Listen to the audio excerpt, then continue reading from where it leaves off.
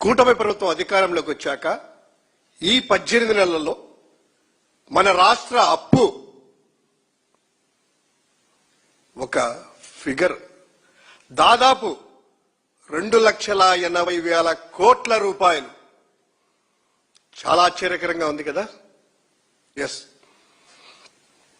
అక్షరాల దాదాపు 2,80,000 కోట్ల రూపాయలు ఈ యొక్క రాష్ట్ర ప్రభుత్వము అప్పులు చేసింది. మంగళవారం వచ్చిందంటే రిజర్వ్ బ్యాంకు చుట్టూ తిరగాల్సిందే. మంగళవారం వచ్చిందంటే ఈ రాష్ట్ర ప్రభుత్వం అప్పులు వెళ్లాల్సిందే. నెల జీతాలు ఇవ్వాలంటే అప్పులకు వెళ్లాల్సిందే. సరే, ఈ 2,80,000 కోట్ల రూపాయలు అప్పు తెచ్చారు కదా, వాటి తాలూకా వివరాలు ఎవరికైనా తెలుసా? ఎవరికి తెలియదు. ఎందుకంటే వాళ్ళు చెప్పినట్లు మేనిఫెస్టోలో పెట్టినట్టు కానీ ఆ హామీలు కానీ ఒక్కటి కూడా నెరవేరలేదు. సంక్షేమ పథకాలకు ఖర్చు చేయలేదు. మరి ఏమైనట్టు 2,80,000 కోట్ల రూపాయలు? వివరాలు ఒక్కసారి చూద్దాం. ఎందుకంటే జనాలకి ఈ వివరాలు తెలియాలి కాబట్టి.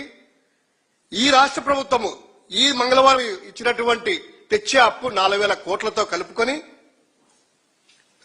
2,80,000 కోట్ల రూపాయలు అవుతుంది. బడ్జెట్ సంబంధించినటువంటి అప్పులు 1,58,880 కోట్ల రూపాయలు. వివిధ కార్పొరేషన్లకు ప్రభుత్వము గ్యారంటీ ఇస్తూ తెచ్చుకున్నటువంటి సొమ్ము అప్పు 71,295 కోట్ల రూపాయలు. సెల్ఫ్ ఫైనాన్సింగ్ ప్రాజెక్ట్ అని, అమరావతికి ఒక్క రూపాయి కూడా అవసరం లేదని పదే పదే చెప్పినటువంటి ఈ మేధావులు, సంపద సృష్టిస్తా అని చెప్పిన మహామేధావి సంపదను తిరోగమనంలో పెట్టి అప్పుల్లో ప్రపంచంలో ఎవరు కూడా పరిగెత్తలేనంత స్పీడ్లో అప్పులు పరిగెత్తా ఉన్నాయి. 47,387 కోట్ల రూపాయలు రాజధాని కోసం ఇప్పటి వరకు అప్పు. మొత్తంగా 2,80,000 కోట్లు. ఇందులో ఏమైనా చేశారా అంటే నెల నెల జీతాలు అప్పుల మీద ఆధారపడాలి. 1వ తారీఖున జీతాలు ఇచ్చే పరిస్థితి లేదు ఉద్యోగులకి. అన్నదాత సుఖీభవ ఇచ్చే పరిస్థితి లేదు. తల్లికి వందనం మొదటిసారి ఎగరగొట్టి 2వ ఏడు కొంతమందికే ఇచ్చారు. నిరుద్యోగ భృతి 3,000 రూపాయలు ఇస్తా అని చెప్పి నిరుద్యోగులకు మాటలు చెప్పి అది చేయలేదు. మహిళలకు 1,800 రూపాయలు ఇస్తా నెలకని చెప్పి దానికి సంబంధించింది కూడా లేదు. ఏమైనట్టిదంతా కూడాను లెక్కలున్నాయా? లెక్కలు లేవు. సంక్షేమ పథకాలు ఖర్చు పెట్టారా? లేదు. బినామీ సంస్థలకు వెళ్తున్నాయా? మీ జోబుల్లో చాటుమాటుకు వెళ్తున్నాయా? మరి ఎక్కడికి పోతున్నాయి? ఇదే వ్యక్తులు ఎలక్షన్ల ముందు ఎల్లో పత్రికలు కావచ్చు, ఈ కూటమి నాయకులు కావచ్చు, నానా యాగి పెడుతూ ఆర్థిక క్రమశిక్షణ పాటిస్తూ జగన్మోహన్ రెడ్డి గారి హయాంలో కరోనా వచ్చినా కూడాను లిమిటెడ్ గా అప్పు చేసి వాళ్ళు చెప్పినట్టు 14 లక్షల కోట్లు, 10 లక్షల కోట్లు, 8 లక్షల కోట్లు అన్ని గాలికి పోయి అసెంబ్లీ సాక్షిగా వాళ్ళు చెప్పిన లెక్కలే, నిర్మలా సీతారామన్ గారు పార్లమెంటులో చెప్పిన ప్రకారమే ఈ రాష్ట్రంలో 2019-24 మధ్యలో జగన్మోహన్ రెడ్డి గారి నాయకత్వంలో ఏర్పడినటువంటి ప్రభుత్వము చేసిన అప్పులు మొత్తం 3,70,000 కోట్లు. దీనికి సంబంధించి మా హయాంలో డీబీటీ ద్వారా నేరుగా సంక్షేమదారులకి అకౌంట్లలో పెట్టినటువంటి మేమిచ్చినటువంటి సొమ్ము 2,73,000 కోట్ల రూపాయలు. ప్రభుత్వం మీ దగ్గరే ఉంది. సచివాలయాల్లో కూడా లబ్ధిదారుల సంఖ్యలున్నాయి, వాళ్ళ ఆధార్ నెంబర్లు ఉన్నాయి, ఫోన్ నెంబర్లు ఉన్నాయి, బ్యాంక్ అకౌంట్లు ఉన్నాయి, వారి చిరునామాలు ఉన్నాయి. ఈ 2,73,000 కోట్ల రూపాయలు ఏదైతే మేము ఇచ్చామో, మేము చేసిన అప్పుకి కరోనా టైంలో సంక్షోభాన్ని ఎదుర్కొని జీతాలు చెల్లిస్తూ చెప్పిన మాట ప్రకారం మేనిఫెస్టో 100% అమలు చేస్తూ ఈ అప్పులకి అకౌంటబిలిటీ ఉంది. మీరు ఈరోజు మేము 5 సంవత్సరాల్లో చేసిన 3,70,000 కోట్లు అయితే కేవలం 18 నెలల్లోనే 2,80,000 కోట్ల రూపాయలు. ఎక్కడికి వెళ్తున్నాయి అమౌంట్ అంతా? శ్వేతపత్రం రిలీజ్ చేసే దమ్ముందా? ప్రతి మంగళవారం తెచ్చే అప్పులకి ప్రతిదానికి దీనికోసం తెస్తున్నామని చెప్పేటువంటిది ఉందా? అకౌంటబిలిటీ ఉందా? కార్పొరేషన్లు అయితే మరీ విచ్చలవిడిగా తాకట్లు పెట్టించేసేసి మార్క్ఫెడ్ ద్వారా 18,700 కోట్ల రూపాయలు తీసుకున్నారట. మార్క్ఫెడ్ ద్వారా 18,700 కోట్ల రూపాయలు. ఏమైనా ఇది? మీరు చెప్పిన మాట ప్రకారము రైతులకి, మామిడి రైతులకి కిలో 4 రూపాయల లెక్కన 260 కోట్లు ఇవ్వాల్సింది. దానికి ఇస్తామని చెప్పి మీరు చేసినటువంటి ఈ 18,700 కోట్ల రూపాయలు మార్క్ఫెడ్ అప్పుల్లో 260 కోట్ల రూపాయలు రైతులకి, నష్టపోయినటువంటి మామిడి రైతుల కేజీ 4 రూపాయల లెక్కన మీరు ఇస్తామని చెప్పి ఇచ్చినటువంటి దానికి అప్పు చేసి ఎందుకు వారికి ఇవ్వలేదు? మొన్న కూడా రోడ్లు ఎక్కారు. మామిడి రైతులు మాకు ఇవ్వాల్సిన కిలో 4 రూపాయల లెక్కన చెప్పారు కదా, ఏమైందని. కానీ ఇక్కడేమో మార్కెట్ ద్వారా 18,700 కోట్ల రూపాయలు అప్పు చేశారు. కానీ 260 కోట్లు కూడాను ఎందుకు చెల్లించలేకున్నారు? ఎక్కడికి పోతున్నాయి అమౌంట్? అదేవిధంగా మైనింగ్ ద్వారా 9,000 కోట్ల రూపాయల అప్పులు తీసుకున్నారు. మైనింగ్ అంతా ప్రైవేట్ యాజమాన్యాన్ని కట్టబెడుతూ భవిష్యత్తులో వచ్చే రాయితీలని, ఆదాయాలని నేరుగా రాష్ట్ర ఖజానాకు కూడాను నియంత్రణ లేకుండా నేరుగా చెల్లించేటువంటి విధానాన్ని తెచ్చి దాన్ని కూడా దివాలా తీస్తున్నారు. అదేవిధంగా విమానాశ్రయాల అభివృద్ధి కోసమని 1,000 కోట్ల రూపాయలు అప్పులు తెచ్చారు.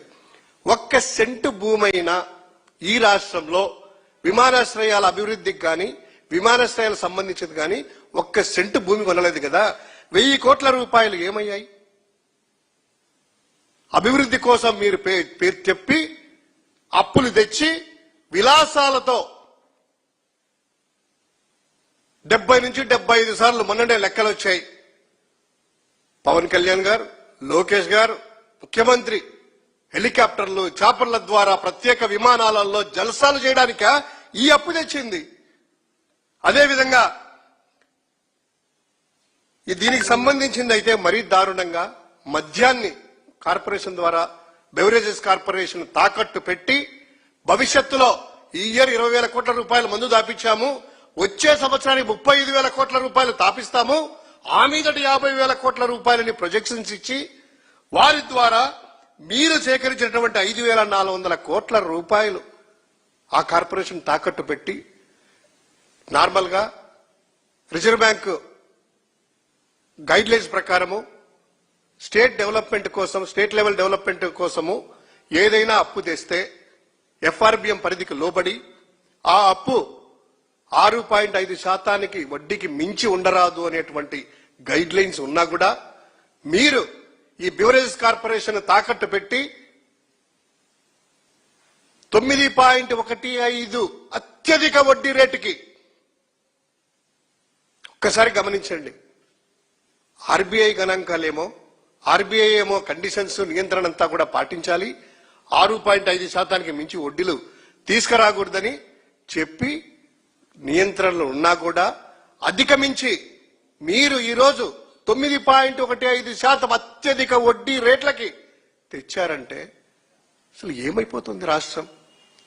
ఇదే ఎల్లో మీడియా, ఇదే బాబు గారు, ఇదే పవన్ కళ్యాణ్ గారు ఎలక్షన్ల ముందంతా తిరిగి రాష్ట్రం శ్రీలంక అయిపోతుందని ఒకరంటారు.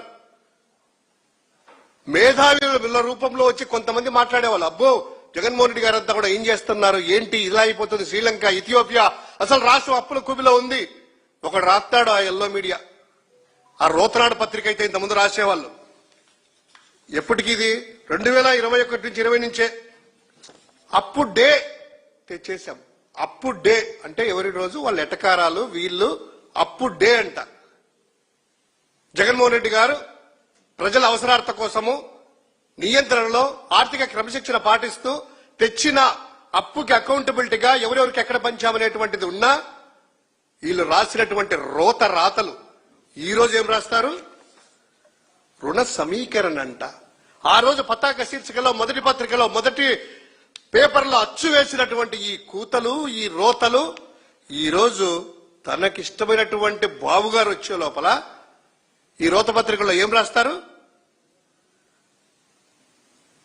ఈ నెల 30న 4,000 కోట్ల రుణ సమీకరణ అంటే చిన్న అక్షరాల్లో ఎక్కడ 24వ పేజీలో జస్ట్ ఇంత ఐటమ్ రుణ సమీకరణ అంట. ఆ రోజుల్లో విధ్వంసం ఉన్నారు. 5 సంవత్సరాల్లో 3,70,000 కోట్లు ఎక్కడ, 18 నెలల్లో 2,80,000 కోట్లు ఎక్కడ? ఒక్కసారి మేధావులారా, రాష్ట్ర ప్రజలారా ఒక్కసారి ఆలోచన చేయాల్సిన అవసరం ఉంది. ఈ రోజు రాష్ట్రము ఆ రోజు జగన్మోహన్ రెడ్డి గారు బాగుపరిస్తే 10 ఏళ్లను వెనక్కి తీసుకెళ్తే ఫార్వర్డెడ్ గా వాళ్ళు చేసినటువంటి అరాచకాలన్నీ కూడా నిర్మూలించి ప్రజల కరోనా టైంలో సంక్షేమం అందిస్తూ ఉద్యోగులని అందరినీ కూడాను సాటిస్ఫై చేసి ముందుకెళ్తే ఈ రోజు వాళ్ళు ఈ రాష్ట్రాన్ని శ్రీలంక, ఇథియోపియా కాదు కదా, సౌత్ సూడాన్ కంటే ప్రమాదకరంగా మార్చేశారు.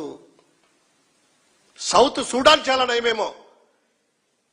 ఈ రాష్ట్రము దివాలా తీయబోతుంది. ఈ రాష్ట్రాన్ని ఇలాగే వీళ్ళు విధ్వంసం కొనసాగితే ఇప్పటికే సంరక్షించేటువంటి పొజిషన్లో లేదు, ఇంకా అధ్వానంగా తయారవుతుంది.